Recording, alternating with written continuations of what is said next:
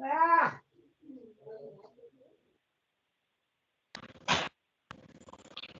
unmuted. Started recording, so it's muted and we don't have it, so go. That's even better. So we're good? We're good to go. Okay, welcome everyone. I will call this meeting to order at 1:01 p.m. on the whatever day, 25th of January 2024 for the Housing Commission.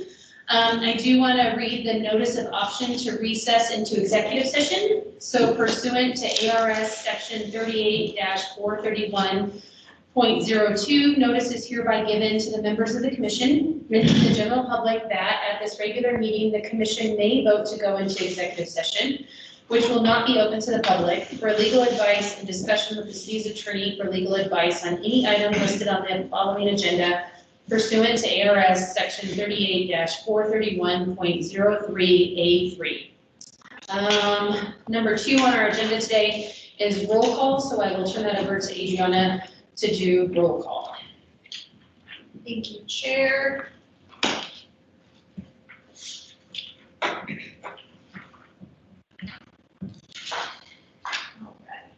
Eric Brownfield. Here. Tyler Denham. Here. Kevin Dobie. Here. Karen Flores. Here. Sandy Flores. Jackie Kellogg. Here. Devonna McLaughlin. Here. Moses Milazzo. Here. Corey Rumney. Here. Ross Schaefer. Ross, can you hear us?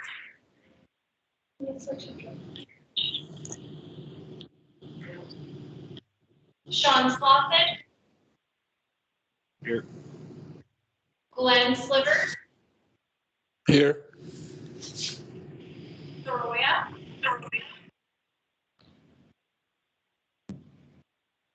Haley Zoroya.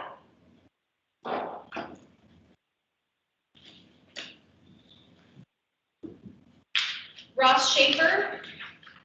Here. Awesome, thank you. Number 3 on our agenda today is the land acknowledgement, and Commissioner Denham, sorry, was Tyler in my head, has offered to read that, so thank you for that. The Housing Commission humbly acknowledges the ancestral homelands of this area's indigenous nations and original stewards.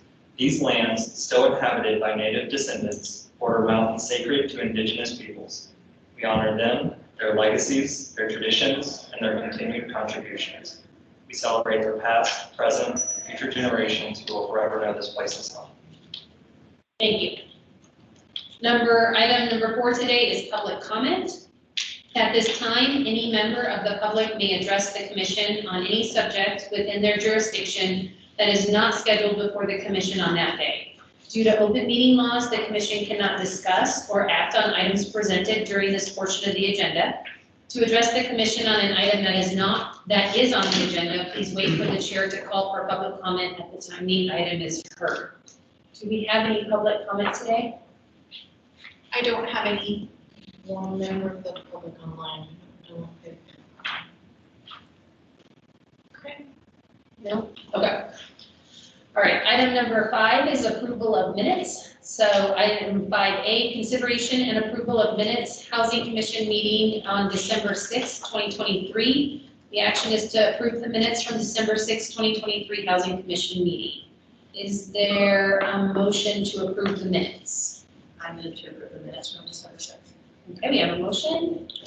Second. I'm sorry. Second. Oh, thank you.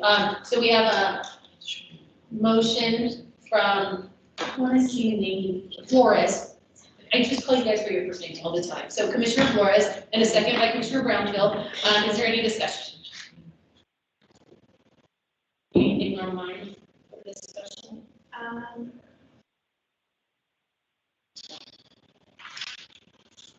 All right, seeing none, all those in favor of approving the minutes, say aye. Aye. Any opposed? And any abstentions? Excellent. All right, item number 6 is action and discussion item. 6A is bond funded homebuyer assistance program, initial discussion and brainstorming. discuss and brainstorm the bond-funded homebuyer assistance program. And I believe at this point, we hand it over to staff for a presentation. Perfect, thank you. I'm so glad we have staff that are more technologically literate than I am. I used to think I was doing okay. I've since learned that I'm outdated. So, thank you, Adriana. Thank you, Marissa. Thank you, Melissa. Do you have a clicker? Do I have a? Oh, look, it's a little clicker. I'm gonna lose that, you know I am, so I'll just put it down. Hi, good afternoon. Thank you for being here. Thank you to those online. I'm guessing online my back is going to be to you a bunch. If for some reason you can't hear me, let me know. That's not, my goal is to include you as much as possible because we're interested in what pretty much everybody has to say. On this one today, we're starting we're gonna end in a brainstorming for this one. We're gonna do some super quick market stats. I'll tell you why they're quick in a minute. We're gonna give you an overview of the current homebuyer assistance program and then commission discussion on potential uses of the funds for homebuyer assistance resulting from bond. So there's a couple reasons that we're not giving you a deep in-depth dive into what the current program is. We're going to tell you what it is, but we wanted to strike a balance between, we have something that's working. It's been working for a number of years, we've adapted it over time, but we don't have to do it that way. And so knowing that lots of people have lots of experience with buying personal homes, talking to friends about it, watching things in the market, et cetera, we don't want to necessarily exclude anything. So we will get there. And then next steps. So the reason we're flying high today over market conditions, et cetera, is just to put them in your head a little bit as we start to talk. However, for our February 22nd meeting, we are inviting or have invited, I'm not sure where we are with these, a local realtor, a mortgage lender, and then homebuyer counseling agency. We only have one in town, so I'm gonna, spoiler alert, it's Housing Solutions. And so to create a common foundation among all the housing commissioners so that we're functioning from the same spot in moving forward with conversations so that everyone has an understanding of the terms. Because sometimes I know when someone's talking about something and I nod, I'm like, yeah, I think I know what that means, but I really don't. But I don't want to say I don't know because I think I know. So we're just going to go over it. And we're inviting other people in to talk about it because we're not mortgage lenders. We're not realtors. We can collect data from them and share data with you, but we can't meaningfully answer substantive questions. Yes. Well, my question would be, you have realtors on your thing. Yes. Lenders, but are we just not allowed to talk about it? So our process, I wasn't sure where we were with this, apologies. We talked about this 2 days ago. Adriana is going to be reaching out to those of you that are industry experts. The reason that we're seeking somebody besides you, but we want your input is one, so that you can participate as part of the commission. And there's not a ton of pressure on you to come and create, et cetera. Housing counseling agencies, we don't have another choice. So Adriana will be reaching out, and if it's you, that's great. If it's something you're comfortable doing, that's just fine. I didn't know where we were with that. I'm sorry, I didn't even put that in my presentation. I it was like a conflict of interest or. Yeah, and I don't think it's a conflict of interest, but we also don't want to corner people. You are already committing time to come. So spreading that volunteer commitment to somebody else also may make sense. We don't necessarily have a preference, we just don't want to overload folks. And if you're comfortable doing it. So Adriana will be reaching out to you, to our realtor member. Jackie. Okay, thank you, Jackie. Wow, apologies, I am not remembering names today. So more in-depth coming on the 22nd. So what I'm just gonna go like, hey, interest rates, hey, this is what we have. We're gonna go deeper with folks that can answer substantive questions and being like, I don't know, that's the data they gave me. I know a little bit more than that, but we're gonna rely on the experts. So changing market is not a new graphic for anybody. Our housing prices have gone up, 135%. This was the latest number. This is weird, I'm gonna get right in front of the camera. As of September 2023, so 625,000 as median in Flag.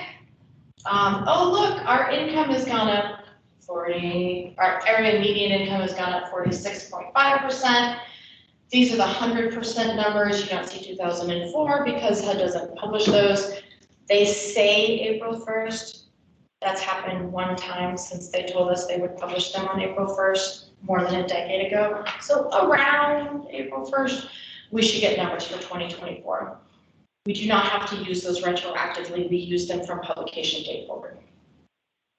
So a short touch on Flagstaff conditions, and I want to put this in people's heads because a number of the programs folks are familiar with from around the nation or here are funded by other governmental agencies, and other governmental agencies have rules that it's limited to low-income households, or it must be set up this way.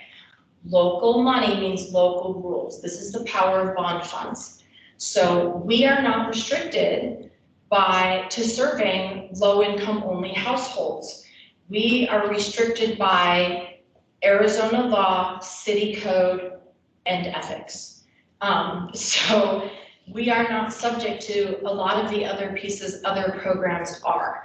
So this is a what if we tried, how about, have we thought about type piece. So that's the power of the bond funding. Of course, we all know we have limited stock available for purchase, and I want to broaden minds as we think about this, that it's not only limited affordable stock for purchase, it's limited desirable stock for our higher income jobs. You have heard folks talking about healthcare workers and full professors at NAU, et cetera, being qualified for mortgage, and there's nothing they want to buy. And so those are members of our workforce. Those are challenges we're facing. Do we want to address that or not? I can't answer that, but I want to put the full piece on the table.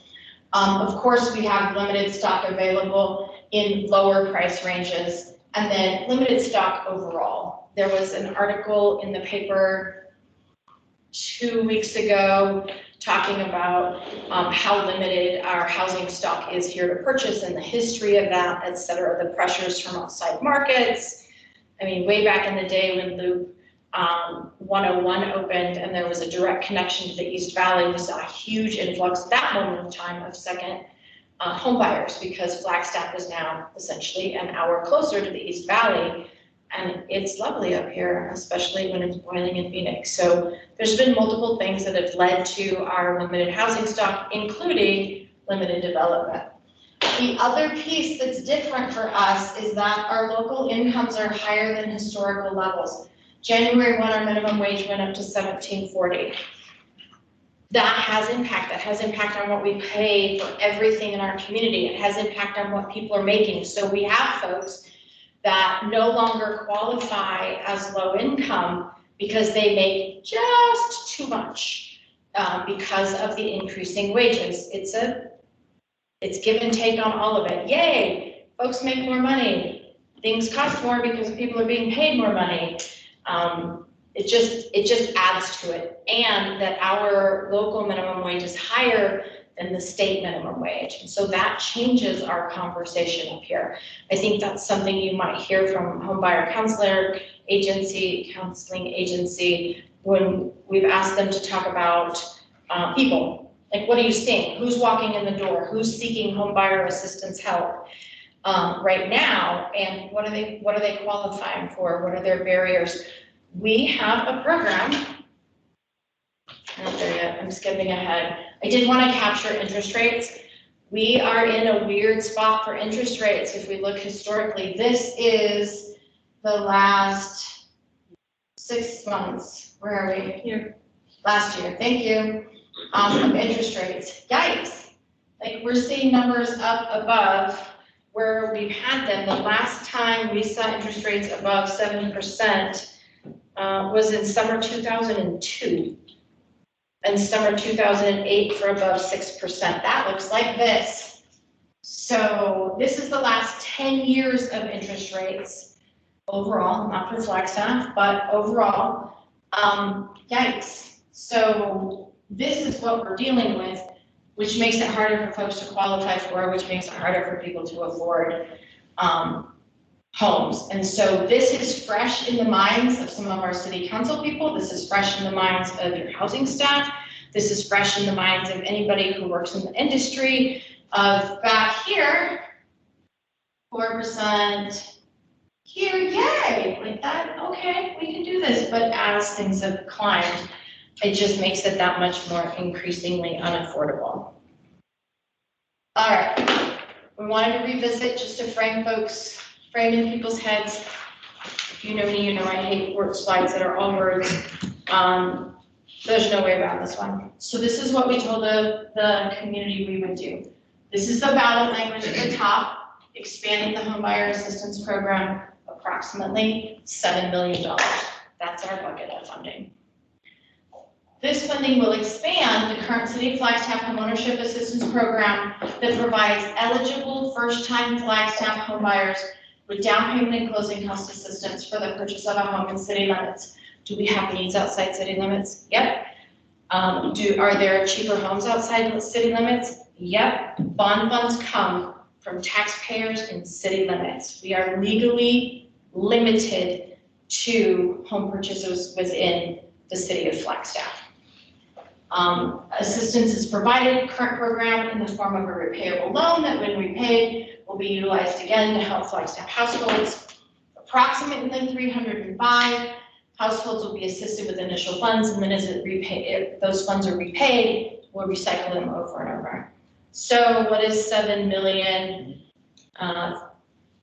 divided by 305 households? Well, back in 2022, spring 2022, when we were writing this, that comes out to about 23,000 a household, 22,900, which was, we took a middle spot. There are households that needed more assistance than that, and there are households that needed less assistance than that.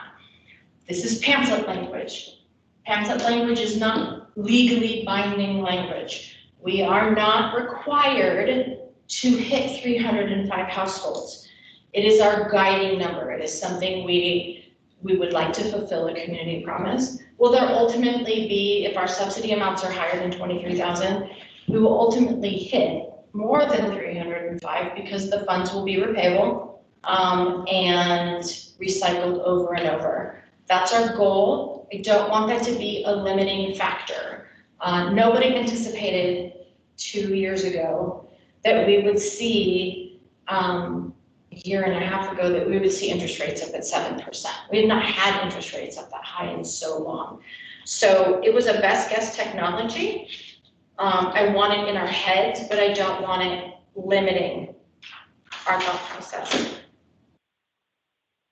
I want to tell you a little bit about our current program and the history behind it. So we have what we call CHAP, the Community Homebuyer Assistance Program. We came to you a couple months ago with some suggested amendments to our current program. We raised assistant limit, etc. But I want to give you a historical retrospective of it. This was created in 97, 98 with city general fund money, because we knew we had households back then with that were above 80% that still needed assistance to get into homeownership in the community. So the city started a down payment and closing cost assistance program to serve households up to 115% AMI. The loans ranged from $10,000 plus 3% of the purchase price for closing costs. So $10,000 to $33,000 in assistance. Originally structured, the closing costs were forgivable and the down payment was not. The client contributed $1,000 or 1% of the purchase price, whichever was greater. And we added proportional equity sharing in 2006. What the heck is proportional equity sharing? We followed a national formula from Fannie or Freddie. I don't remember. Fannie, okay, thank you. That stopped or slowed our diminishing returns. If we pay $10,000 right now to help Adriana get into her house and she sells it in 10 years and pays $10,000 back, that's not enough to help a household just like hers was 10 years ago to get into a home because prices have increased. So slowing those diminishing returns, we instituted proportional equity sharing where if Adriana is purchasing a home and the program is contributing 5% of the purchase price, then when she sells the home, she shares 5% of the accrued equity over time. Not what she paid towards her mortgage, not what she paid in her down payment, but of the accrued equity over time. We came in with 5%, we're gonna walk out with that 5%. Like I said, nationally approved formula, which made it easier legally to build in, et cetera, and it's worked. So then we hit, this is fun, we hit recession and housing took a 55% budget cut one year and we eliminated this program. CHAP went away. Oh, and for a little bit it was called MEHAP. If you ever hear somebody talk about MEHAP, for a bit it was called the Middle Income Housing Assistance Program, and then it went back to CHAP. It's been fun to track it. So within recession, the program went away.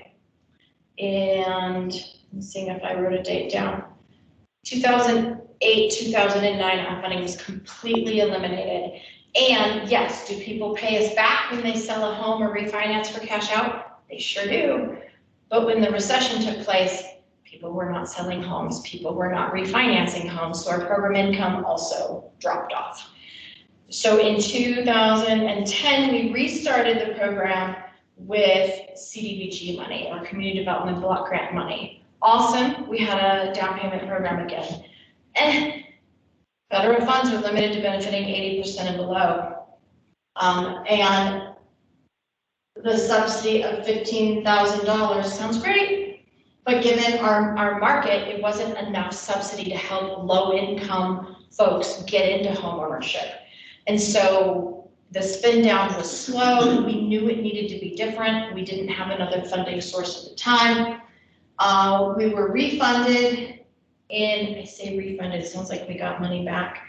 The program was restarted with general fund monies. Market started moving. We started seeing people pay us back. And so that money goes, and it's in its own account, it recycles, it comes in, it goes into that account, and then we just got the balance yesterday from what our payoffs have been in this last budget year. Thank you, Marissa, for getting that. And we reprogrammed that money right back in. So now we have an 8-to-1 match up to $40,000. This is as of October, November. These loans are the same as they have been in the past. They are interest-free, they are deferred with an equity share, and no payments are due until someone sells the home, refinances for cash out, or no longer owner occupies. How do we know if folks no longer owner occupy? We send out owner occupancy verifications that people have to turn back in if we don't hear from them. We have some bulldogs on staff that even go sometimes knock on doors, not alone, but go knock on doors and say, you know, hey, who's here? If it's a renter, we're like, okay, so then we know it's a renter and we can start legal action against the homeowner to require repayment because they are no longer in compliance with the community contribution they received. The client contributes again $1,000 through documented funds. The remaining match pieces can come from gifts. Often we see gifts from family members, employer assisted housing programs, etc. So the other piece that's local here, and I do not remember when we started it, but we did start it pre-recession, was that we added the definition of a first-time homebuyer is that you have not owned a home in the 3 previous years anywhere. With a few exceptions to that for divorces where, what are they, assets were split, that type of thing. In Flagstaff, we had folks moving between jobs. And they owned a home in Kansas and weren't eligible for first-time home buyer assistance. So with our local money, the CHAP money, we changed our definition to be a Flagstaff first-time home buyer, meaning you have not owned a home in Flagstaff or within our FMPO boundary, so outside our city limits, in the previous 3 years. So that someone can come to our community, we can help establish them in the community with down payment and closing cost assistance. Some caveats to that: they can't keep their home in another spot. They need to have sold that asset to be able to move here and contribute to their own purchase. A few exceptions to that: a situation where we had a set of 5 siblings inherit the family farm and they all had to 5 agree, and that wasn't happening. So, okay, you own an interest in this, will create an exception. We try to do that sparingly, but for logical reasons. So that's what our program, the history of it looks like. That's how we ended up where we are, but also, again, the power of local money with local rules, because it was general fund money. It's currently administered on behalf of the city of Flagstaff by Housing Solutions of Northern Arizona, and with the exception of one contract, has been with Housing Solutions since it was the Affordable Housing Coalition. It's not because we like Devonna or Housing Solutions, well, we do, but it does go out to bid. They must respond. There is a time where they weren't a successful respondent. They typically have been. So why do we do that? Partially because, hi, I'm from the government, I'm here to help. How many folks would be comfortable with being like, hi, I'm the city of Flagstaff, would you like a loan? So yes, it is city money, it is taxpayer money. It makes sense to have these be administered by a third party on our behalf to create that additional distance. It's shocking, not everyone trusts the government. And so this creates 2 things. One, a longer arm's length transaction, but 2, it means that we as staff are not the experts in this area. There's not a lot of programs we directly administer. We like to fund the experts to do so. And so we are not HUD certified housing counselors. We know enough to be dangerous and provide a phone number to the entity that provides this. And this is what we do with various sources of funds, where we're like, you know, we can get you started, and in the meantime, why don't you call for resources? So the other thing that is leveraging is that Housing Solutions does have other forms of assistance for eligible clients. Now, often these, because their other government funds are 80% and below. The city of Flagstaff has an employer assisted housing program that is administered by Housing Solutions. So we'll see folks with layered assistance coming in. Housing Solutions has a volunteer housing assistance committee that oversees all of the loans. So that's not Devonna calling city staff and saying, hey, we have this applicant, and that happens sometimes. We had one come through who had a 0 debt to income ratio, but their housing ratio was going to be a little higher than we typically allow, but they had a 0 debt to income ratio. So it's a risk balancing case. Is there anything you want to add to that? No, I would just say that going through the HUD approval process right now, if any other agency wants to do that, I welcome it. Because it is not easy to be a HUD approved housing counseling agency. So the regulation, the oversight, the things that come with it. So it really is a badge of honor, and it's one that we take seriously, but it is just not an easy thing. So I think the leveraging the money with the counseling is also important. So talking to folks about housing ratios, affordability, how to improve credit, how to talk to lenders and understand that terminology. So we hear from folks that they come in for the money, but then they appreciate the information that they learned that they didn't know before they came in. So I will tell you, the leverage to get folks to come to housing counseling as the assistance, but there's value in the information that they learn. And the goal is to keep people making smart housing choices so that they don't get into a pickle down the road and face foreclosure. But we also offer foreclosure counseling too, if people need help there too, so. And there is room in the market for a second, like, absolutely, if somebody else is interested in becoming one, it's not, they don't have a proprietary corner on it. As far as ensuring folks don't get into a predatory situation, we don't allow non-conventional mortgages. Back in the day when folks were doing the interest-only payments, et cetera, no. You can't have a balloon payment. You can't have, because we want to create the greatest chance for success and stabilization for a household. Also, we're using taxpayer money. And so it's our responsibility to make that as safe as possible so that that money isn't lost when it's expected to be returned. And so that's part of our guiding principles. You can't have a 55% debt to income ratio. That's where, how are you going to buy food? Like it's all of those pieces. And so requiring the homebuyer counseling for our programs has been meaningful, and our foreclosure rates reflect that. Have we had foreclosures? Yep. Have we had very many? Nope. In fact, I can probably name off the top of my head the bulk of them, and I've been doing this for 20 years. And so we, even in the recession, we had a few, but we did not have folks walking away because they were in stable mortgage products coming in. I heard a voice. Yeah, sorry, I think Moses has a question or comment, so I just wanted to Thank you. acknowledge that. How do you know I got a text. that? Oh, you got it. Awesome. All right, let's hear it. So I posted in the comments that what you just said, which was that even during the crisis and recession in 2008, 2009, these kinds of programs, including community land trusts and others, experienced the lowest rates of delinquency, default, or foreclosures of all types of mortgages. That includes the very highest rated credit scores of people throughout the country.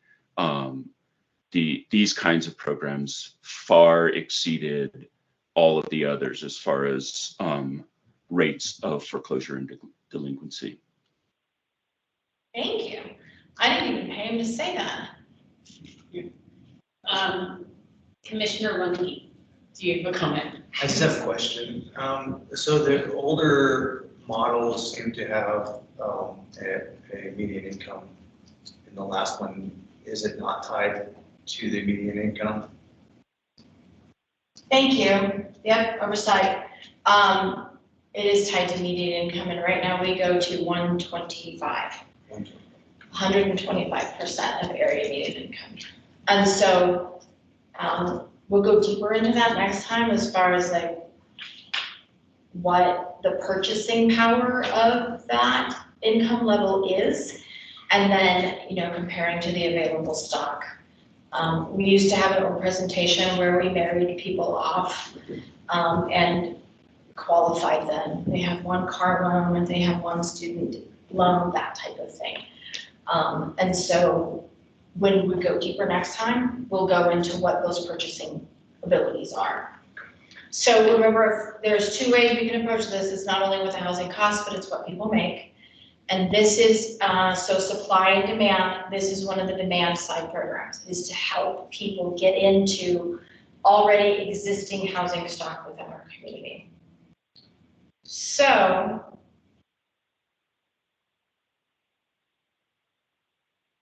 we're interested to know what is in your brain, and nothing is off the table.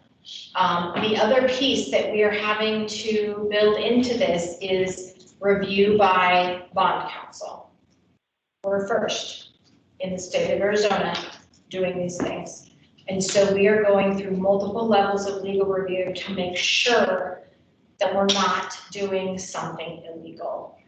Because it sounds great and it should work that way, but it doesn't quite. And so we want the universe of things that are in people's brains so that we can get them summarized, find out, you know, does it work in Arizona with Arizona law? Awesome. can we do it with bond funds? We don't have the answer to that because we don't know. And if it ends up looking like what we're doing now, that's fine. But there have been, I know that there's all kinds of ideas out there because people keep whispering them in my ears like, hey, you guys thought about it? No, we thought about it, but we didn't have any money. Now we have some money. So what is it you want us to look at? What is it that you heard your friend's cousin got help with X to enable them getting into homeownership? And there's traditional things like, so I started the list, and Adriana's gonna exit out of the presentation and type our list, so we keep, what's that? You want me to exit or keep it up? Exit, but keep it up so that they can see what you type. Will that work? Okay, sorry. I can't see who this is. Oh, okay. What's that? Sorry, we have someone who has a question or comment. Awesome. Is that okay? All right, so Commissioner Zoroya, do you have a question or comment? I was just gonna comment on this brainstorm when we're ready. But if we're not ready, that's okay. I think we're ready, yeah. Okay, fantastic. So I was having a conversation with somebody last night actually about somebody who is trying to remodel their garage into like a rental unit and was unable to do that because of a zoning code that where, you know, a certain number of parking spaces are required on each property. So I don't know if anyone has any information about that because I didn't have a chance to go look that up before this meeting. But one thing I would that kind of got my wheels turning listening to this conversation is if some of these funds could potentially be given to somebody to build or remodel like a ADU or provide a rental unit at their home that was more affordable. So that was just my idea. Thank you, Haley. I'm not gonna shoot your ideas down, I promise. On this one, I am going to explain no. Not an attorney, don't play one on TV, but do know that we are limited to helping people purchase homes. Okay, yeah. Creation of rental. However, we have other things coming forward that will help with this. We do have some, a little bit of money we're looking at, accessory dwelling unit. They're not cookie cutters, but one of our goals is approved sets of plans essentially that you can come in and pick and you're not having to employ an architect, et cetera, making sure to make it easier for folks to add ADUs to increase affordable rental stock. So thank you for that. Well, thank you. I appreciate you clarifying too.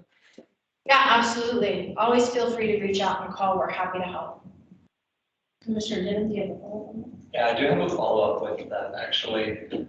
So I know there was a lot of news articles about HUD allowing ADU income to count towards household income with regard, in order to qualify for loans. Is that something we can do with this program? Yes. So our programs, this one and others, we created. And then we have to get approval of it by HUD, by lending institutions, to be able to say this fits with our other loans. So it is something that is already underway and happening. We could make that like a side note of allowing ADU construction, and maybe that's something we're not typically seeing home buyer assistance loans for new construction. We're seeing them buying existing stock in the community. But if it had an ADU on there, that income is allowed in approval of their primary mortgage in certain circumstances. So jump in. Yeah, I just want to comment on it. It's very difficult to qualify with that currently. The investors, Fannie, Freddie, HUD, are entertaining it, but it's not a widespread allowable thing. So it's more of an idea than a reality. I think it's going to happen, because I think it's a necessity, and I think they will lose those restrictions. I know Fannie allows it, but a lot of the lending companies won't do it. Our lending company happens to do it. But again, most lenders don't. And then again, it's just, I think it's a matter of time before all of this starts to become a reality. So I think it's a good thing to include it. It's just right now, it may not be available, but I bet you in the next year or 2, 3, we'll see it more prevalent. So I'm gonna have Justina write down side notes, and Adriana, you stick with concepts. So this is a note that we would not exclude, that it would be allowable within the program. But just clarify, like, one of them has to do with affordability, right? So the income from an ADU to be able to look at housing ratio or debt to income ratio. The other one would have to do with income of the household for eligibility. So would you count the theoretical income or under 125% AMI? So so I think it's a discussion on 2 parts here. So I just think that making that note twice. One would be on the affordability side, but one would be on the eligibility side. Okay. Because you could actually differ, like, we don't count it towards their eligibility income, but we do count it for their income For eligibility. Yeah. Correct, because if you count it for eligibility, now yay, you get more money, but you don't qualify for assistance anymore. Yeah. So that's why I think it's just a So something two-part to conversation. Yeah, especially as we see more and more groups moving towards we're getting ready to, we'll foreshadow and then we'll do a ta-da, probably next meeting, but home sharing resources. The number of empty bedrooms in our country and in communities across the nation is staggering. And what if you rented a bedroom to somebody who needed it? That type of thing. So we're gonna have some resources on home sharing, not done by us, not created by us, not administered by us, but accessible so people can find them in our community. So thank you for that. ADU rental income for eligibility thought process. Chair, do you mind if I call on people as I facilitate, or would it be better to go through you? Because I'm trying to keep track of who I'm being texted to, so yes, I'm down. All right, and then Sorry, it's probably not the official language to say. Marissa, can you watch chat and let us know if there's a chat question? Thank you for housekeeping. But I I keep did calling hear, them. sorry, Commissioner Kellogg did have her hand raised and then put it down, so that's where she might have something to say. Okay. Sorry, Commissioner Lundy, but that one was in the queue first. Commissioner Kellogg, did you have a statement or an idea or a question or thought?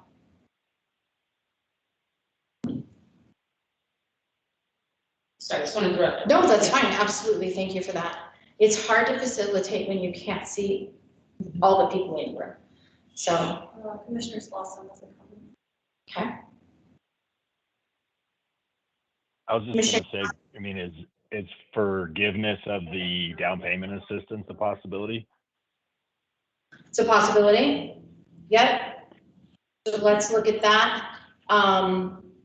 Right now, we don't forgive any piece of it. It all becomes one loan, but in the past, we were forgiving the closing costs. So forgiveness is, one of our goals has been, we don't have an ongoing funding source for housing programs in Flagstaff. We only have one-time money. It's really hard, and it's made me a hoarder. And so, not of magazines, but of money. So I like to recapture whatever we can so we can communicate, so we can continue that benefit. That does not make sense in all circumstances. So the other thing that we can consider as we move through this is tiered programs. Maybe at this income level it is, and this income level it isn't. The other thing I forgot to include when I was talking earlier is that we are not making decisions that need to stand for all time. Things are going to change. The mortgage market is volatile. The real estate market is volatile. Who knows what else is going to happen? So while we need to ultimately end up with the bestest program we can, we also need to recognize that over time, it's going to need to adapt and change to respond to our local needs, respond to national conditions so that it remains functional. So, and if we try something crazy, and it works great. And if we try something crazy and in a petri dish it doesn't, then we say, we gave it a shot and it's not working in our market and we'll move on. So don't be intimidated by throwing crazy stuff on the table. Let's look at it and see. Our other piece with bond funds being repayable is we're the first. So typically bond funds are buying bridges and they're buying projects and there isn't money coming back in. So that's something we have to work with and we've got to figure out. And before we ever even brought this to the commission for consideration, before it went to the bond advisory committee, before it went to council, before it went on the ballot, we asked, is this possible? We were told it is possible. What those parameters are, we're pushy. Like, no, we really want it to work this way, and unless you can show us where it's not, where it won't work, we really try. So Tyler had his, I'm sorry, Commissioner Denham. Oh, yeah, I didn't want to interrupt, just after that piece, I did have another question. Go for it. So why did we get rid of proportional equity in the first place? Because I was trying to do some research on the topic because I have zero background with this.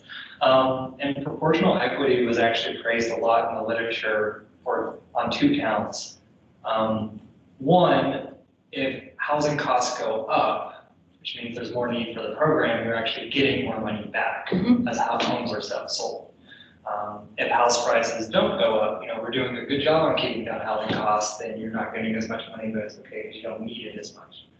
The second count was that proportional equity is basically a cut against people's future income, which is good because people's incomes tend to go up as they age. So there's like less of a pressing need. They need that money now, but there is less need for it in the future. So I'm curious why we dropped it in the first place. We brought it back. It's in place now. Okay. Yes, it went away when we were using CDBG money Okay. because there's other rules there. But right now our programs have, with the general fund dollars that we're utilizing, it has that proportional equity share there. And yeah, there's multiple camps on that equity share. Like, that's my money, why would I share it? This is my equity in my home. Yes, okay. I can support that all day long. I can also support that we helped you get into that home, and it's part about creating conditions for households just like yours to share in the same success that you were able to do so. So, does that make sense? Yeah, no, it's back.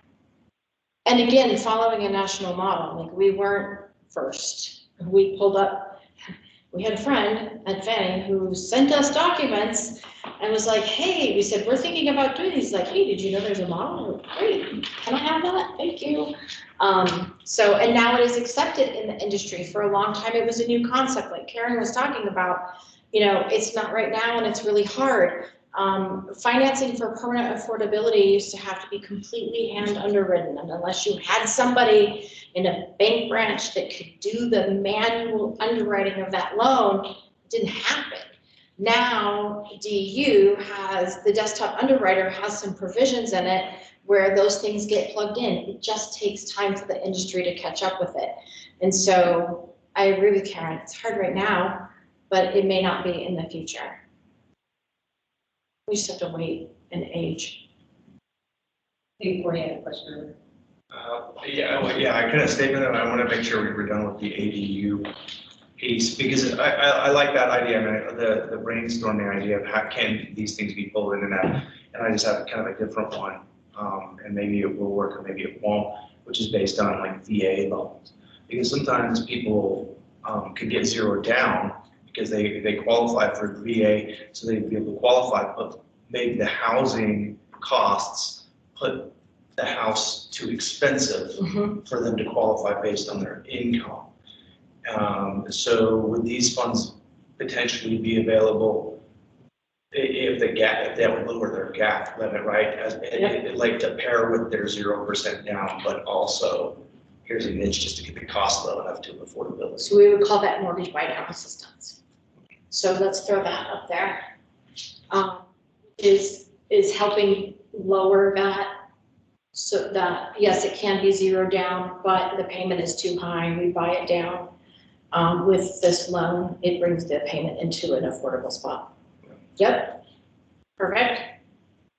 So I wanted to have you further clarified that the equity sharing isn't, that's the trust land, right? No, that's a No. different program. That's for our current down payment and closing cost assistance program. And the way I understand it is like if they give a loan equivalent to 5% of the home's value, when it's sold, they don't give X amount of dollars and they get back, they get 5% of what it's worth now. Right. Well, no, it's 5% of the appreciation. 5% of the appreciation.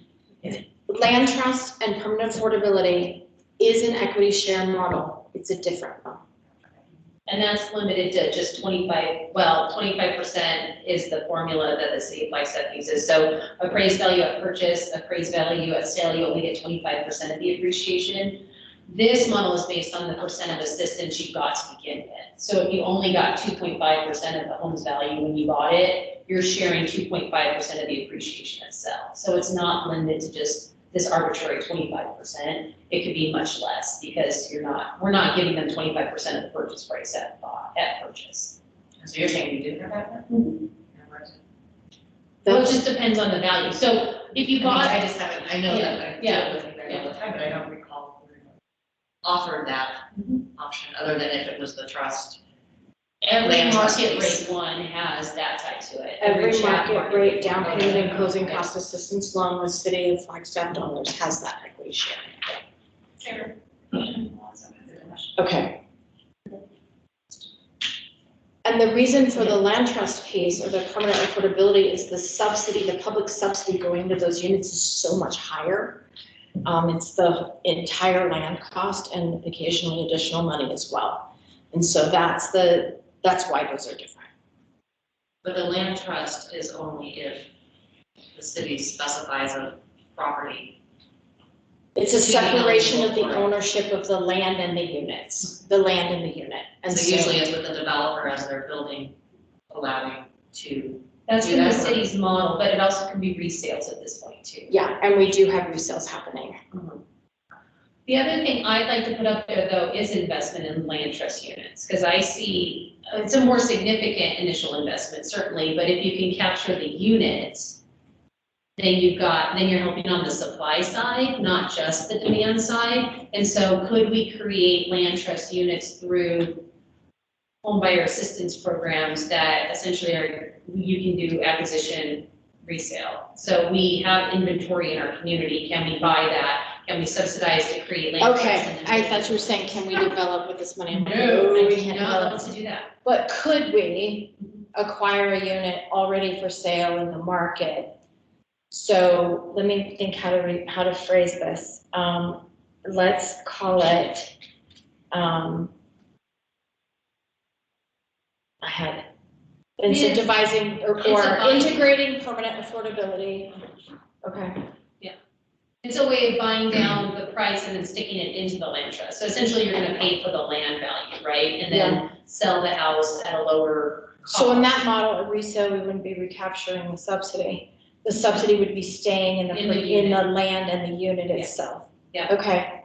But it's still permanent Good in luck in that wording that. it's in, if you need help later, like it's in the unit, it's just not recycling for down payment. I understand. Yep. How would you word that to go in a brainstorm list so we can check it with the attorneys? I don't know, I'll have to think about it. Okay. So right now, just say, purchase of existing units to create permanently affordable. Purchase of homes, yeah. So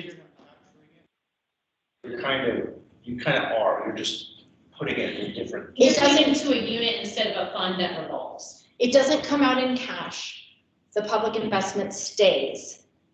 So when a land trust unit is sold, there's a common misperception in the community that the city takes this money.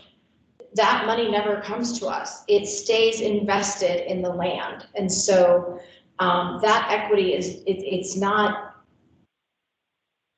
It lowers the price to the future buyer. It lowers the price to the future buyer, and that money isn't coming to the city and then we're spending it again. That investment stays in the land under the unit. Right, but it's still being captured for the benefit of future citizens. Correct. Right. It's being captured without the money coming out. It's staying, yes. Typically with a home buyer assistance loan, they're not transferable.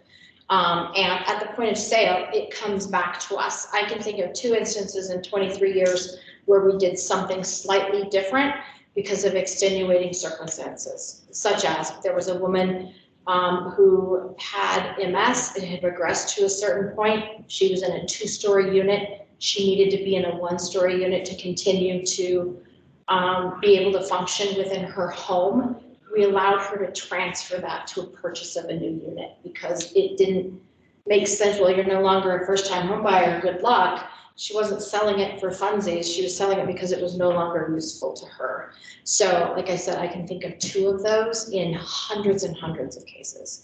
So typically not, but yes. So integration with permanent affordability. Anybody online before I go to Commissioner Denham? 2. Okay. So that includes foreclosures and foreclosures. Would be interested in buying any of those? Okay. Because there's those coming up on, Yep. I get the list of those. It's gonna take some work. You gotta call them and. Yep. Yeah. Can I ask you a follow-up on that? Yep. The time frame for that always worries me, that whenever you have a foreclosure and there's like a month or 2. 4 months, I think is the law. I think they get 4 months, right? To So come you back, think that come there's back. plenty of Just time. say- Yeah, and have your lawyers, I mean, write it back out or something. I don't Prior know. But to that's the law. Yeah, I don't know how that would work. foreclosure. Well, you couldn't do it at the courthouse. You Yeah. have to do it beforehand. Right, But yeah. there's- That's so- my question, That's is like, true. is there enough time before the unit is Oh, locked yeah. for the acquisition? They take a long time sometimes to get them foreclosed. And if there is a sale pending, then you could get the servicer to delay the foreclosure sale. Right. And move the sale. Yeah. Exactly. True, okay. Yeah. Okay. Because I'm working with one right now, it'd be a perfect, opportunity. It's gonna be lower than market, just because it needs work, but they need the money. You should buy it.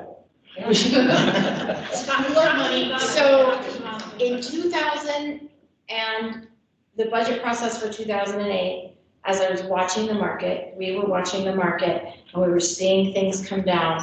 We actually went to council and said, what we could really do in the next few years is create permanent affordability in our community, if you will. And we had some money set aside, not a lot, but some, to say we could be purchasing these. We gotta know at that point in time, but that was a long time ago. So, yes, I really like that idea.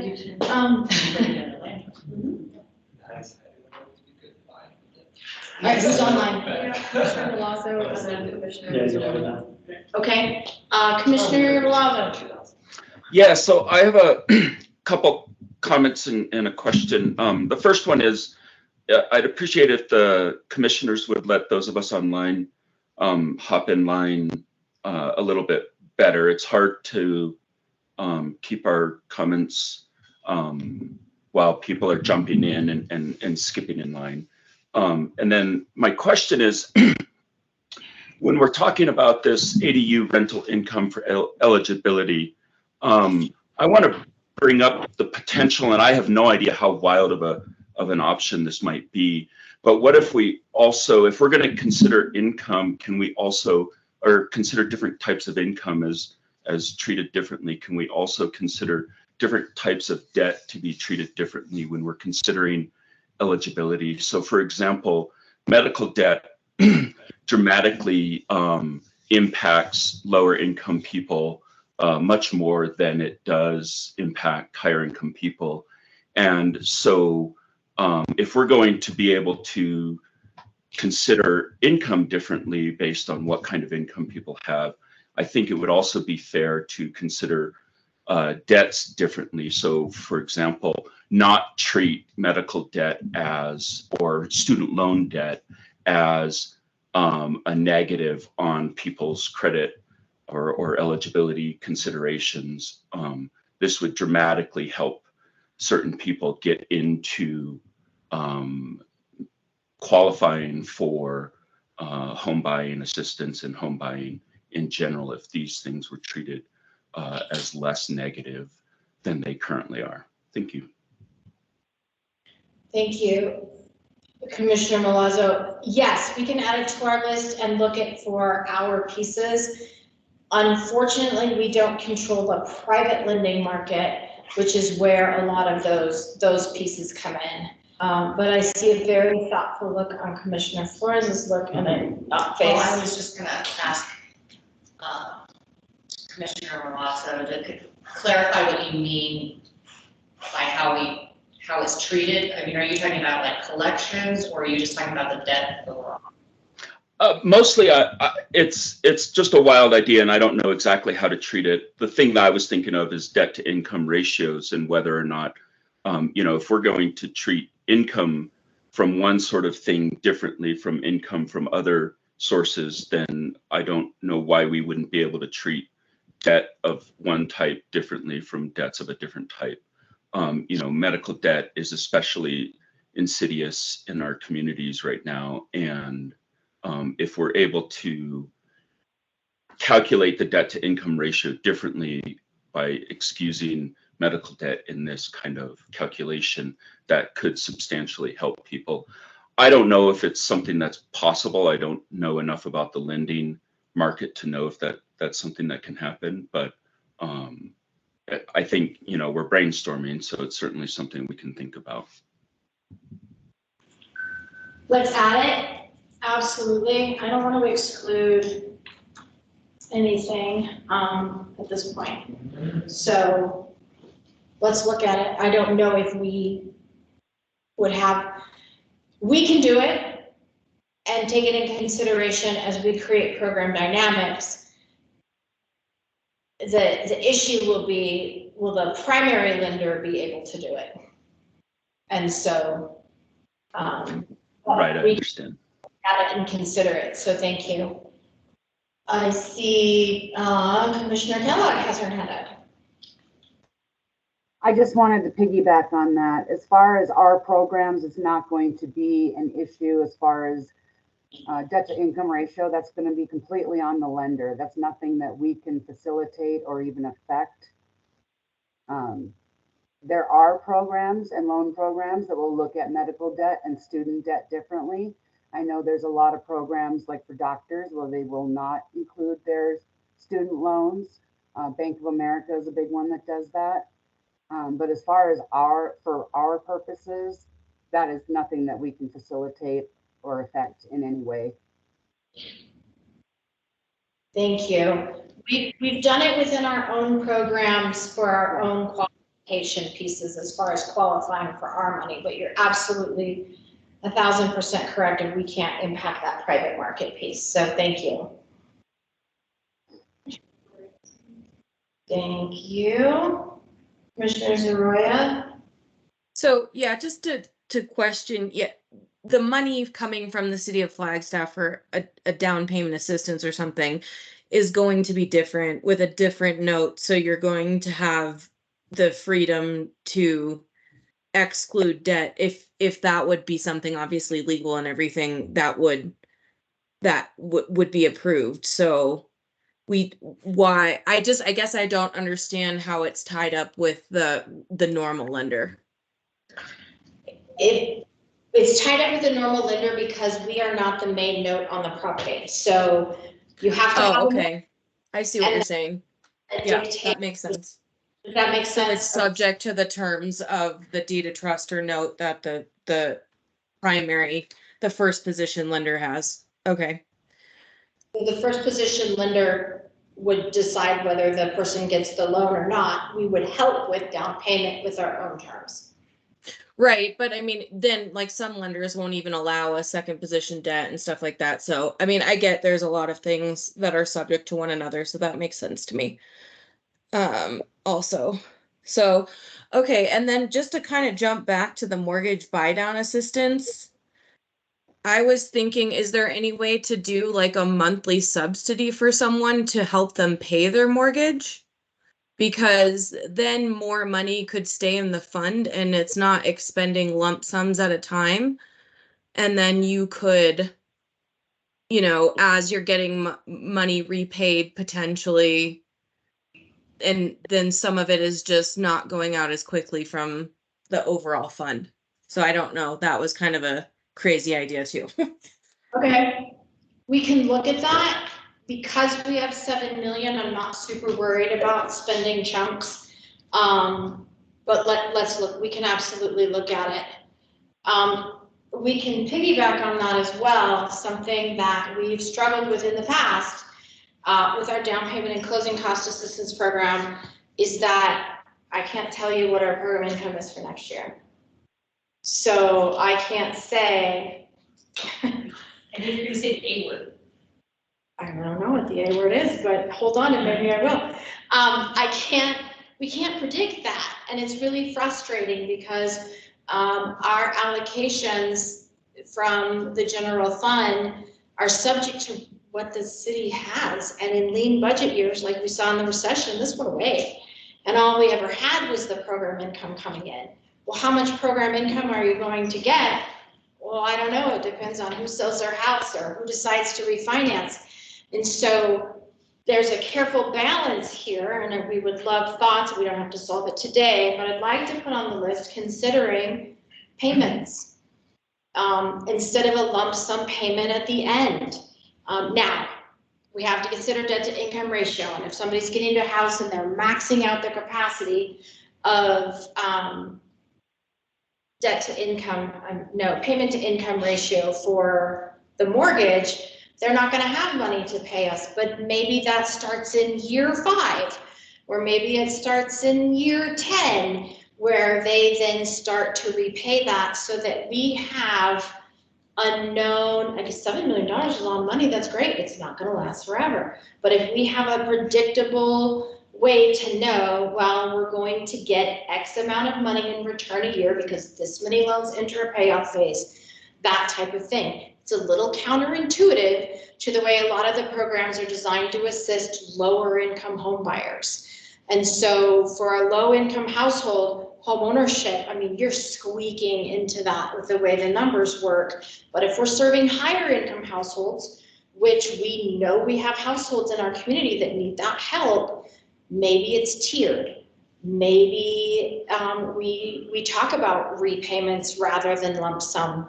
I still haven't said a word that starts with A besides and. Amortizing. Oh, amortizing. Okay, thank you.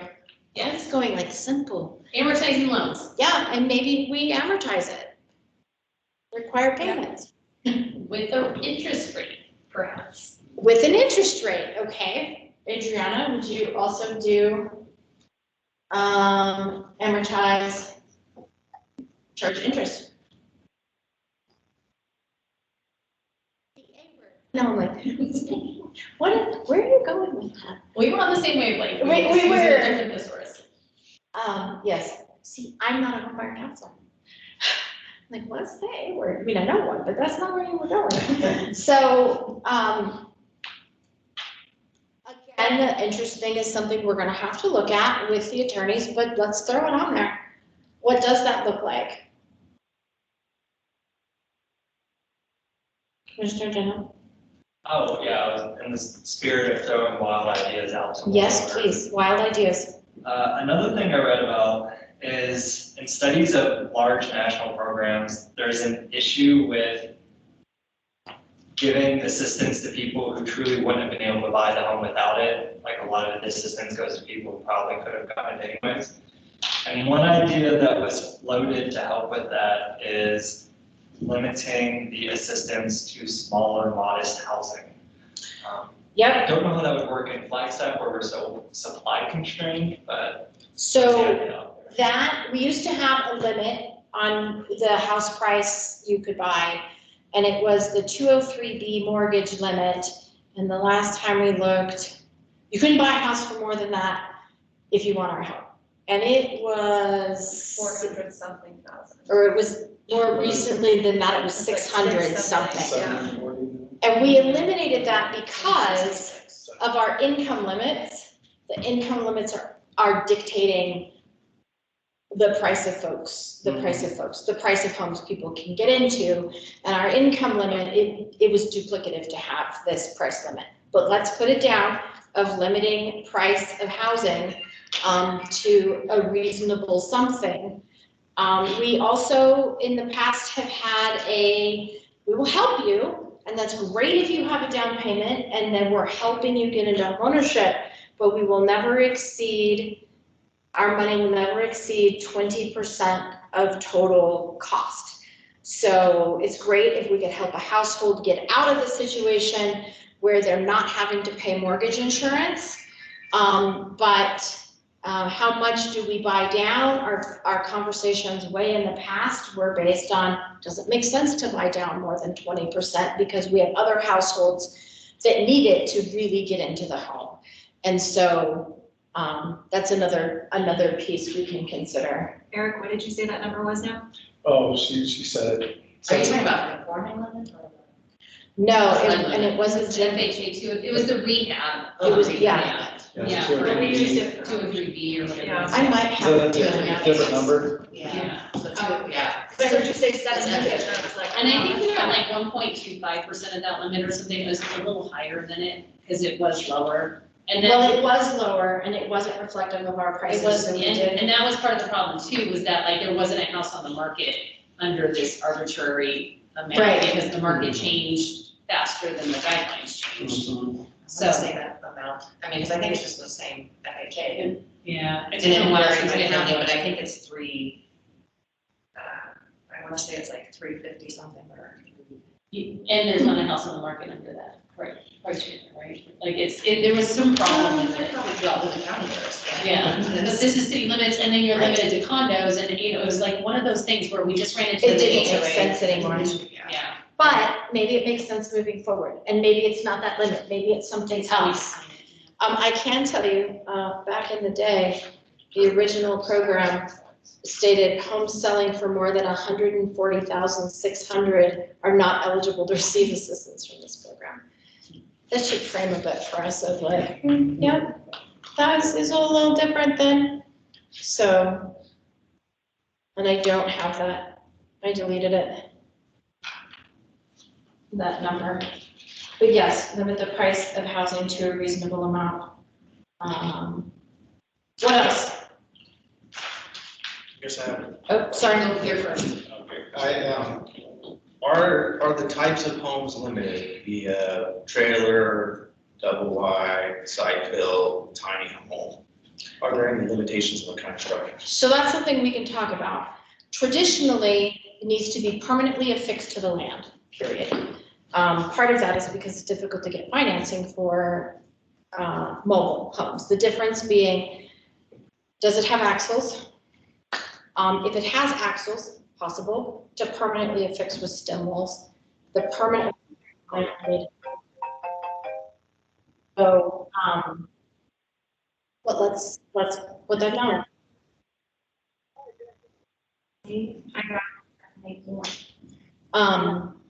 So yes, Jackie's trying to. she's No, on the she's- phone. Oh, she's on the phone. Oh, that's her phone. Well, did you think it was your phone? Were you kind of? No, I just said it was your phone. No, I was looking for the mute button. I was gonna say something else, but I'm gonna piggyback on that because there is now more lending for, mobile homes and parks and things like that. Yes. So I think that would be great if we could expand that, because I get that call daily. Okay. So say including mobile homes, please. And what about land? Without permanent affix, without being permanently affixed. So there are programs, I have one that I do all the time, but they all need down payment assistance because you gotta put at least 5% down. Yeah. And there's a lot of people that could qualify, but And then logically, we would exclude pre-70, what, six? I always forget if it's 6 or 4, pre-76 units, et cetera. Okay, yeah. And then the other thing I was gonna ask, so with this money, did we put income requirements or limits or anything? Nope. So that's fantastic, because that's the other thing, people who have good jobs and make a lot of, or shouldn't make a lot of money, they make more than the current requirements. They make enough money, we're in a different community, they would already be homeowners. Right. And so we send them to Housing Solutions says, no, you make too much money, but they don't have them, they could have payment, and we are definitely in an environment right now with our economy where people don't have savings and they're using their credit cards just to live. So trying to buy a house is out of question if they can't come up with assistance somehow. So right now, our program goes up to 125% of the area median income, and maybe that's not enough. And so that's where we wanted to start with a universe of ideas without polluting your brains with a lot of like, hey, here's how this works. Because maybe that's not what's gonna work for us. And so Then we're gonna do the like, hey, everybody, this is how all of these things work, and then talk through those. So I wouldn't just say increase, but say carefully consider maximum AMI. And when we get into the considering changing that AMI number, and we're talking about, you know, somebody at 80% of below of area median income, if there was even a housing type that was available to them, are likely going to need additional or a greater percentage of subsidy. If we're talking about serving a higher AMI, maybe that looks different. And so that would be a piece of where we may consider, not dictating in any way, a tiered program. Like if you're in this income group, it looks like this, and if you're in this income group, it looks like this, that type of thing. So no, we did not put an AMI on there on purpose because local money, local rules. And I can tell you, having worked with AMIs, there are times where this has bitten us in the butt because our incentive policy for affordable housing says up to 150% of AMI, and that was in 2011. With the intent being that if the market is serving 120% of AMI, then you don't need incentive to create affordable housing. Like the market's doing it. And so we'll just have to be careful of how we word that. We've also in the past talked about sliding scales of like the market. We examine the market once every year and we adjust these two factors in line with this index. So when we get into nitty gritty, we can consider those things. Some of those are administratively burdensome. Some of them are not. What does it look like? And then we have to be careful about what index we tie to. CPI doesn't make sense. Milk and eggs should not be impacting this. So it's those pieces, but yes, absolutely. And then what about, I know like Housing Solutions has some things for the city employees and police and things like that. Can that be expanded to where it's like to teachers? I second this. So I think to get leverage, right? So could employers play a role somehow? Could we work with employers? Could other employees? I mean, so right now teachers are eligible for CHAP as long as they're income eligible, but they're not eligible for the city of Flagstaff employer assisted housing. But not for employer assisted housing. But could this leverage some other employer investment to help employers recruit and retain employees that are here, right? Because they're going to play with this in a different way. Maybe it gives incentive to provide leverage. I like making money go further. Right. Yeah. No, that's something we've been kicking around as staff and like, what if we? How could we? What about? So yeah, let's look. Let's say leverage employer assisted housing programs.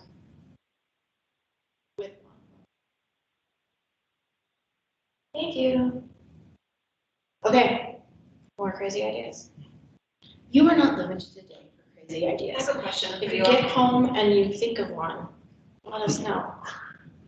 Is there a feel, does the commission have a feel in terms of that $7 million, and again, brainstorming, let's just throw it out there, but in terms of, do we release, as the city, because what we would do is we would release like a RFP, right? Somebody, an agency would apply to administer that. That's why Devonna's in this room right now, because it's not guaranteed who this money is going to go to. She can participate in the conversation and doesn't have to leave. But is there a feel of splitting that money up, doing a little bit each year? Is it good to just throw it all out? Here's what she's asking the question. Our management services director has said, how much in bonds do you want me to sell? We don't want to sell bonds and paying interest on money sitting there. And so part of me, without thinking financially, is like, let's do it. Do we even have the market capacity to absorb $7 million in assistance in a reasonable amount of time? Any feelings around that? Back to the notes, that you were thinking about carrying the notes yourself. Yeah. Is that, you can get past city council? Or is that something, because, I mean, what is the limit? How much are you limited to use that $7 million to write your own notes and to amortize over a certain period of time? acquired interest rate? Because I mean, that would be a really good, So for the bond funds themselves, they get issued into the market. okay, And then we pay interest on that through the receipt of the secondary property taxes, which were approved by the voters to fund this. And so we can reimburse ourselves. We can spend a chunk of money, issue the bonds, reimburse, that works. It's finance's preference that we don't go too far into that, because then that means the general fund is carrying a burden and they have less flexibility to address, I don't know, wildfire and flood stuff, like that type of thing. And so it's that careful balance of this, but neither do we want to pull all 7 million and have it sit there and pay interest on it when we're not using it in a timely fashion. So it's this like, well, chicken, egg, chicken. And maybe that's a conversation for next month as well, to kind of gauge from the experts as to what the market absorption would look like. And I know we're brainstorming now, and I think these are wonderful ideas. I also think that there might be some questions on legalities, on interests being posed and stuff like that. That's, government yep, entities and stuff like yep. that. That's why we're putting it on the list. We do loans right now. They're very small, but low-income housing tax credit projects, Arizona Department of Housing handles that money. They used to require a local contribution. That local contribution for us, because we're not sitting on a bunch of money, is sometimes like $150,000. Local contribution. We structure those with a 3% simple interest payable on a cash flow basis as proven by audits with a balloon at the end. And so we are not a lender, we cannot act as a lender, but is there a workaround for that? I don't know. If we had a local CDFI, the Community Development Finance Agency, maybe they can do it on our behalf. So the fact that we have it up there to consider means we as staff will go be like, hey, can we do it? Can somebody else do it? Some of you are new, you don't know me well, you don't know our housing staff well, but we feel no need to be queen of the world and run everything and have our name on absolutely everything. The more we can get money out into the community, supporting jobs, creating capacity within our partners, et cetera, the better. Yeah, I don't need more staff. Well, I need more staff because we're overburdened right now, but we do not need to start programs and build empires. That's not us.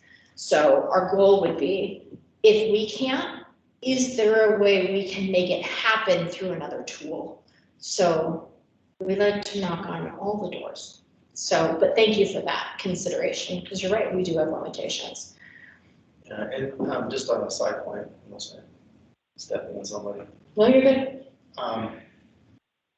Going back to the debt ratio concept, many, like student debt, some of it's forgivable if you're in the right kind of positions or doing certain kinds of jobs. I'm wondering if those kind of debts wouldn't have to be counted because they're not actually paying on it, they're forgiven after 10 years. Those type of programs, so maybe some of those individuals, like teachers, may qualify, and that may not count against their debt ratio, even if they have student loans. It does. I would say, is there something? It's Okay. based on where they're at in time right now. So they're not past the 10-year or at the 10-year mark where it's already forgiven. It counts, okay. If only we controlled the entire market. No, thank you. Okay.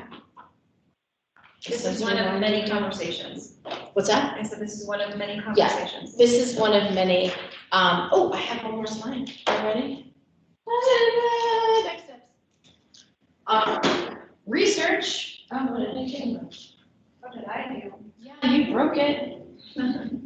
That's not me. Okay. Research, investigate, analyze, and bond counsel review. We didn't know we needed bond counsel review. And we're working on the rental incentive bond program.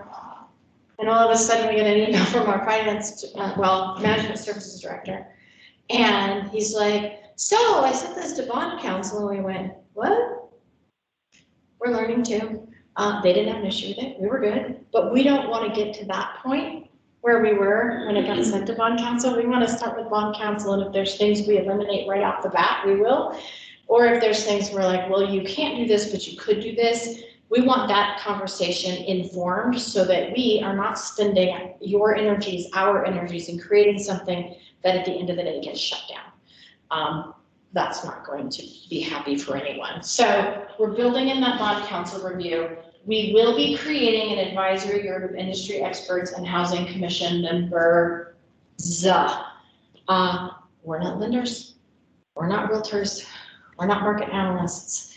And so we're gonna depend on the community partners that we have to work with us to create something that is functional and yet meets our other goals. I think our other, if I can throw these on the table and you tell me if I'm totally missing the boat, but our other underlying goals in this is to assist as many Flagstaff residents in purchasing homes in our community as possible. What does that look like? Our other goals are to make sure that we are being fair and reasonable in the selection of folks, in addition to, of course, all the fair housing and equity things we have to comply with, and being financially responsible with what we've been entrusted with. So in my head, those are like the unsaid, here's what we also need to make sure that we're doing. I don't feel a lot of pressure surrounding those because of the groups that we work with. I think those are always in our heads as we look at investing taxpayer resources. So if you get home and you think, oh my gosh, I didn't think about X, email, not me, Adriana. You're welcome. Thank you. I'm gonna have to take her to lunch for that, I'm pretty sure. 2 lunches. 2 lunches. So yeah, because this can't be done, this won't be your only opportunity for input. We do have staff researching. We're not just coming to you cold and being like, hey, what do you think? But we also wanted to harness ideas from you. So we have staff looking at national programs and being like, this is great. Again, with the caveat, Arizona law is really different from a lot of other places around the nation. But don't discount what you read about because of that. Let's let the attorneys tell us. And we're really lucky. The city attorney that we work with is you can't do this, but then she keeps talking and says, but you can, how about this? And so she often is offering ideas that will build upon or work from the original group idea of that. So we're really thankful for that because it's demoralizing to hear no over and over and over. And then like 6 months later, they're like, well, you could have done, not an attorney. So we're really fortunate in that situation. So that's where we're going. We're not gonna put a timeline out right now. Our timeline is to move in, I lost my words, move in, all I'm coming up with is diabolical, and that is not a deliberate fashion. We're going to move forward. We're going to keep doing this. We will come to a schedule at the point that it makes sense when we have more pieces in place. I also don't want to commit to a schedule when something like bond council review is entirely out of our control. And so when we have a better idea of what those time frames reasonably look like, we will put a schedule in front of you. Our goal is to have it done. Another reason we're not in like a massive hurry is because we're still spending the general fund money. That we have in the CHAP program. So we have money to spend still. We're still spending that down. We just changed the contract to increase those dollar amounts to $40,000 per household. So that's why we're also not in a rush. And we're wanting to see. We're experimenting with the change. We changed the general fund dollars in an experiment to see, let's play in the petri dish. Does that work? Is that enough? Did it change anything meaningfully? And we're just so new into that, there's not a lot of results. And we have program income. So for this coming budget year, we will have a down payment program in the CHAP program. So it's not that we are without a resource. We are without the larger resource. So that resource is still available in the community. Thank you, that's really important. So, but we don't want to drag our feet either. We're going to have to balance. We also want to be reasonable with this, and we want to design something that will work. Not something that we're like, hey, it feels great. So, all right. Could you walk me through really quick, if I have a candidate that wants to go through the chat, does it go Housing Solutions first, or go online and do the program there, and then chat gets involved, like, kind of work together to get them the loan? Do you want me to answer this? No. You call housing staff, they're gonna say, we partner. Housing staff of the city. Yeah, and what we're gonna tell you is we partner with this great agency. It's Housing Solutions of Northern Arizona. Their phone number is 214-7456. And we'll refer them straight over there. If they start with us, we may answer some basic questions, but the bulk of the information, and it makes most sense to get them in that front door first, especially because chat might not be the best program for them, that they have multiples. Okay, So You can go online at housingandaz.org and make the application. okay. and read about. Housing, NAZ. NAZ. Yeah, and filling out the application is the first step, and then coming in and meeting with our housing counselor, because she'll go over eligibility. There's also a one-page sheet on there for multiple programs, so you can look at, like the City of Flagstaff's Employer Assisted Housing Program, CHAP, WISH, et cetera, and kind of get an overview if you're just curious. Okay. So, all that's on there. The other piece that people can do is you can go in and take advantage of homebuyer counseling, mortgage readiness. I know that we've seen households that are not mortgage ready now, but the homebuyer counselors will sit down and talk about, well, if you didn't have a brand new car and you had a used car and your payment was this changes X, Y, and Z, and walk people through that. A lot of folks we encounter have some sense of shame attached to not knowing how all this stuff works. If you've never done it, I remember signing mortgage papers on our first house and I'm like, I don't really fully know what buying down interest rate means. Okay, great, or prepaying points or whatever it is. So we always tell people that homebuyer counseling, even if you're just thinking about it, is a great place to start, because then you have a better idea of, and you can make better informed decisions. I've referred friends to homebuyer counseling that I knew didn't qualify for programs, but homebuyer counseling is smart. We can also run Schweimer's credit reports as scores. So if credit's a barrier, then one, you can know about it, and two, then we can help you come up with a plan to overcome credit issues. Sweet. On to the next item. Thank you for your patience. Thank you for your ideas. A great discussion. Go on, not doing that. You're doing that. All right, so the next item is super easy. It's general business and there is none. So we will move on to number 8, which is informational items to and from commission members, staff, and future agenda item requests. So item 8A is from the Housing Authority Liaison. Mo. Hello, yes, thank you. So we had our Flagstaff Housing Authority meeting last week where we were presented with a change to the work order charges for the housing that Flagstaff manages. There was just some slight changes in how the work orders will be charged, and some improvements and sort of clarity for future cost increases or decreases will be better managed than they had been with the previous pricing list. We were also presented, so the board approved that that change order. And then we were presented with some conversation about security deposits and how those impact the clients for Flagstaff's Housing Authority. And there was some conversation about ways that that might be improved, but this was an informational item, not an action item. We also had a conversation about open meeting law and things like quorums and emails to the whole group and other conversations like that. And then we finally had a discussion about hybrid meetings and cancellations. There are some members of the community who have commented in the past to the board that they would like to be able to participate in these meetings. And there was some conversation about how to enable that, how to provide support for that. And we may end up having a hybrid meeting with a physical location at the Fanning Drive location, and some members of the commission would stay online. And then we finally had a conversation about work orders and closeouts when people are moving out, and looked at some of the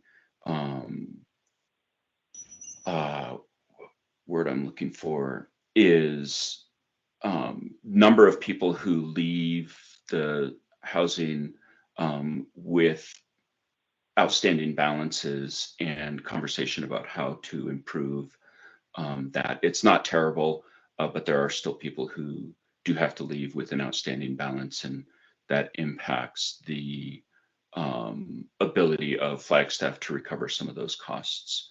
And that was about it. I don't know if any of staff was there and if I'm missing anything, but please feel free to jump in and mention it. I'm usually your backup, and I was at a different obligation that day, so I think you did a great summary. Thanks, Sarah. Anytime, Moses. Perfect. Thanks, Moses. All right, item number 8B is update from housing commissioners and other informational items. So I'll open that up to commissioners if there's anything you guys want to share. Anything online? Okay. Going once, twice, okay. And then the last item in this item is 8C, which is update from housing staff. So I will turn it over to housing staff for any updates. Rock, paper, scissors. Who wants to come? Okay. Okay, you go. All right. So housing staff have been working on a Word document with the 58 strategies located in the 10-year housing plan, for the reason of using those as an item on the staff summaries that we usually have to submit for an agenda item to council. And this will allow basically staff, all staff, to fill out that box that states, is there a strategy on the 10-year housing plan that aligns with one of the strategies of the 10-year housing plan? If so, which one? Or no, it does not.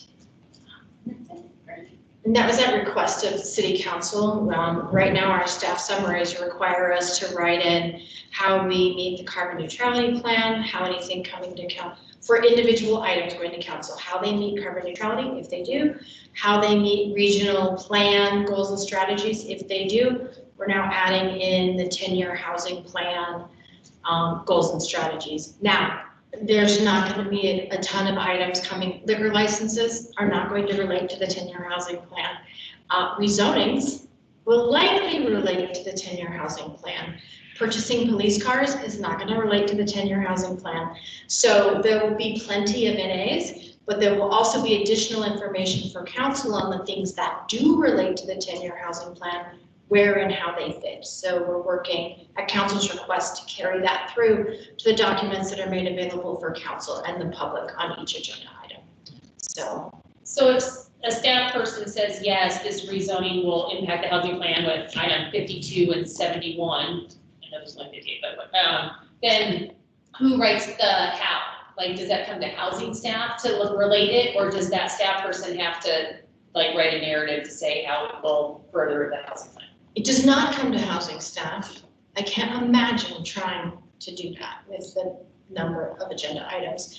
It will be up, right now we often don't make the argument because it's part of a larger document. So we have one moving through the approval system right now, and it's clear. We say it, because we talk about these are the contracts for this, blah, blah, blah. You get down to the where you match with policies, you've already read what the item is, they're usually clear. If someone was to do a justification, that would come from the staff person writing it, not from housing staff, nor will we review them before they go to council. There's a question, Commissioner Plaza. Oh, yeah, sorry, Commissioner Milazzo, then I'll. Commissioner Flores. I'm going to withdraw my question because I kind of answered it after thinking it through. Thank you. Okay, thanks. Commissioner Flores? Can you update us on what, or remind us what the timeframe is for the independent study on the, what is it called? Your last Zoning, meeting. thank you, because you made me think of that when you brought that up, thanks.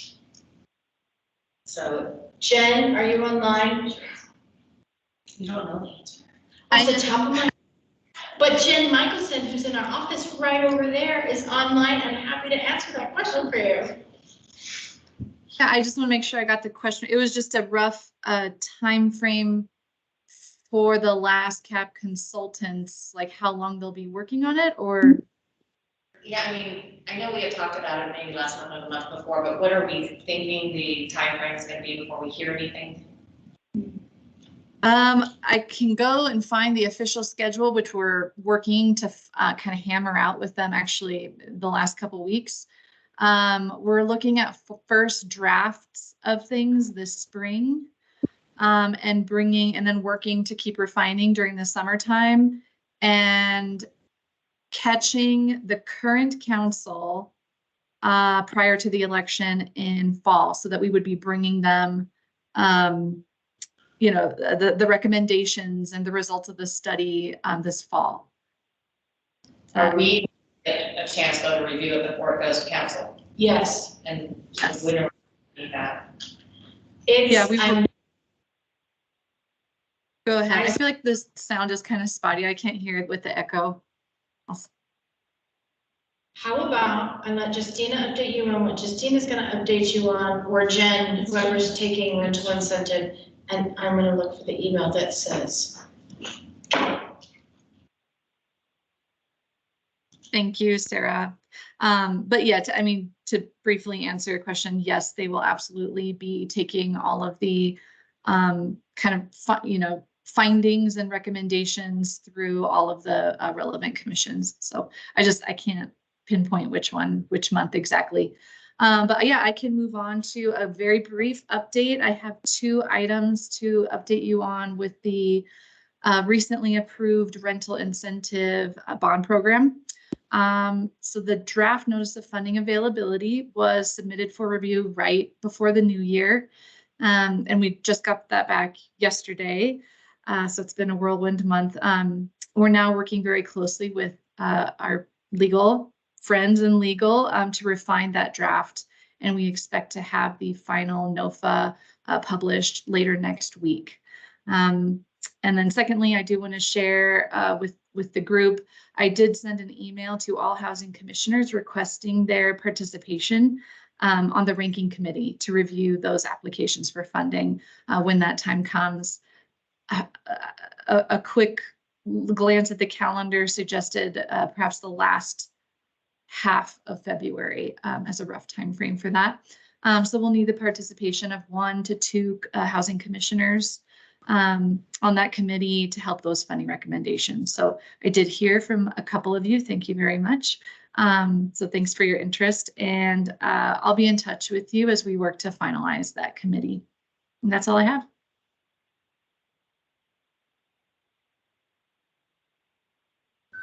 Any other staff updates? Yes. Sorry, I was digging for. I knew you were, that's what I His was email. at Christina to see if she had. Is it okay if I go real quick, Sarah? Christine? Yeah, this is Christine Pavlik, Housing and Grants Administrator. So I just wanted to give a quick update on our community development block grant process.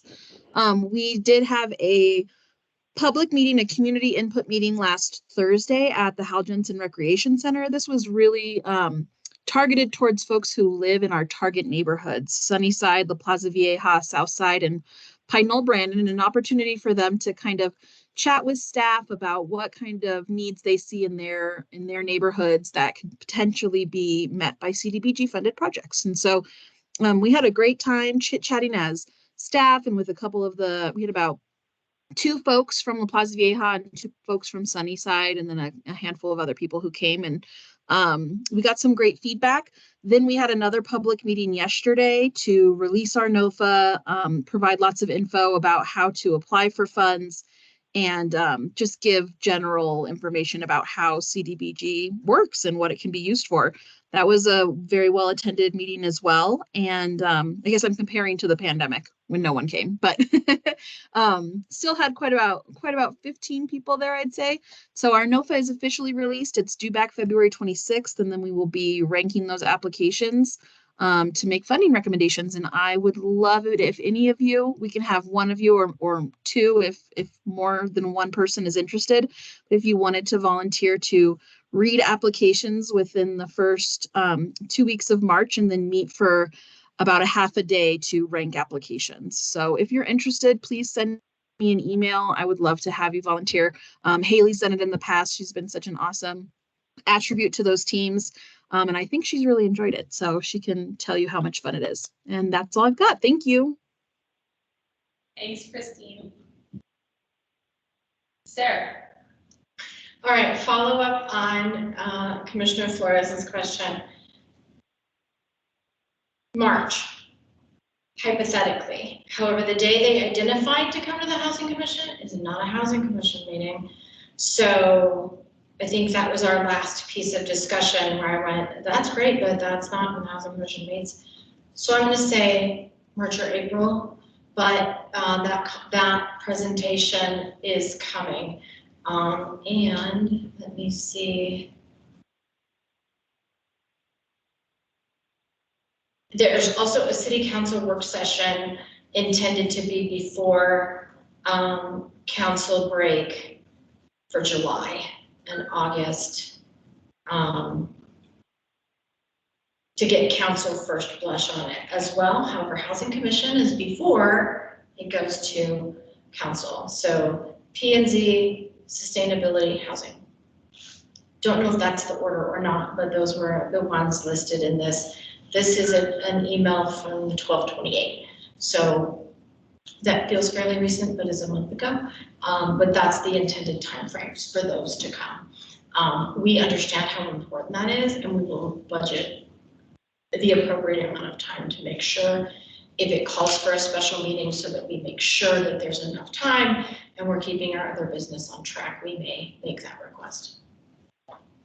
Okay, my turn. HSS, I'm like, I have one more thing.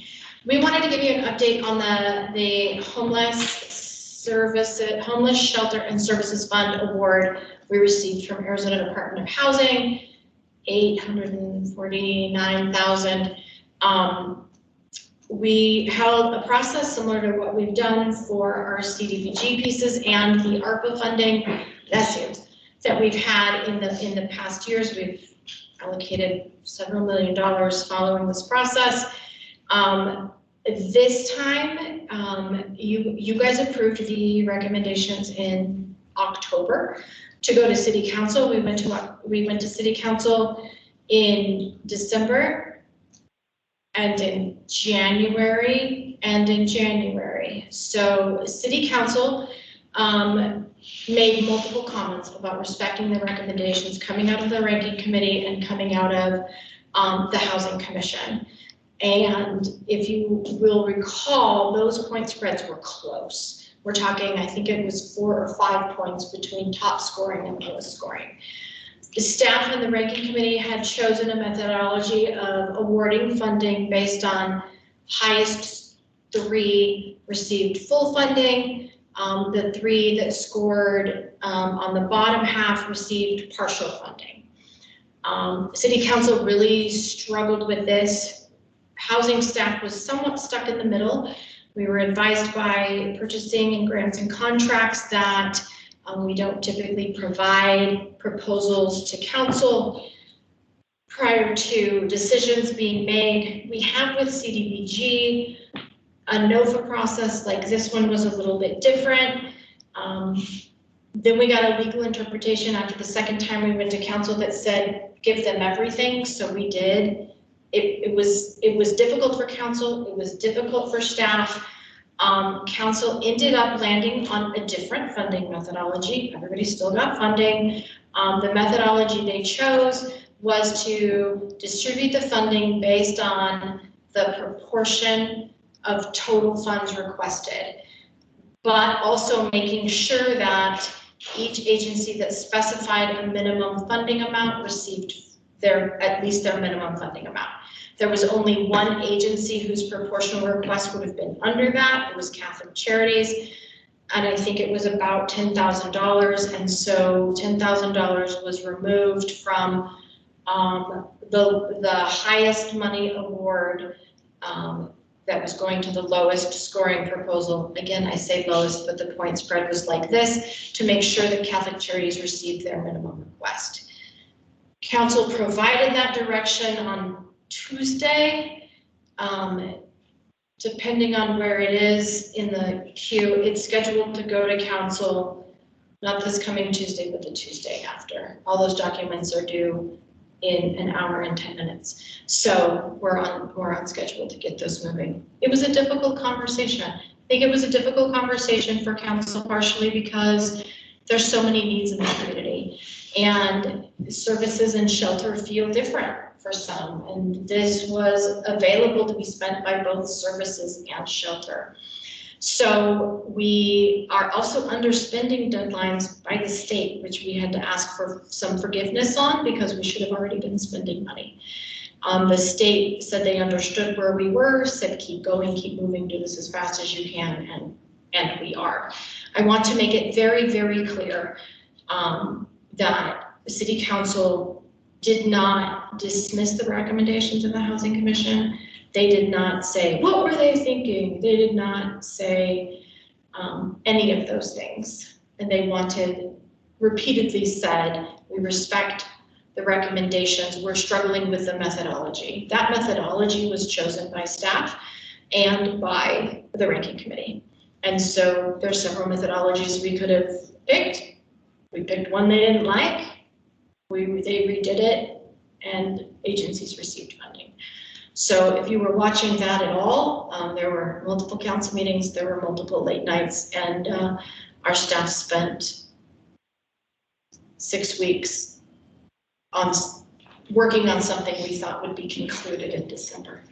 Can I add something really quick? One thing that we learned that we perhaps didn't implement the correct way, although it's all perception, is that whenever, because Flagstaff's so small, some of our agency partners who apply for funding are part of the Housing Commission. And one thing that we learned is that when there is that perceived conflict of interest or an actual conflict of interest, those agencies will now have to either, if they're online, they'll have to fully disconnect and not participate in the conversation, not hear the conversation of the committee. If those individuals are in the room, they'll have to leave the room for the duration of that conversation. What we did is we just had individuals just not participate, but could step away. And so that was slap on the wrist that staff got for that. And so we're gonna have to be very careful next time. And we've seen it done both ways with City Council. Sometimes they'll sit in the audience and sometimes they'll leave. Our guidance from legal is to request that anyone with a conflict of interest on future discussions fully leave so that there's no influence at all.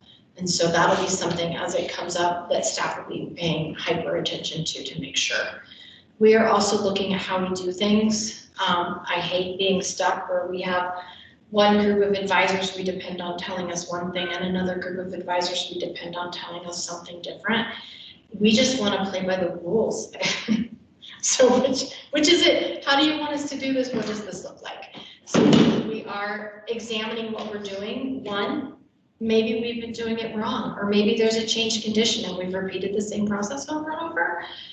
And something's changed and we weren't aware of it. So we are looking at what we're doing to avoid this situation for us, for any applicants, for City Council, and for the people that sit through those meetings, as well as the Housing Commission.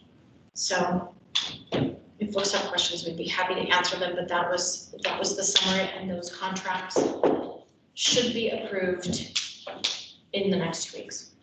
2 weeks? 2 weeks. I think that was the end of our updates, Chair.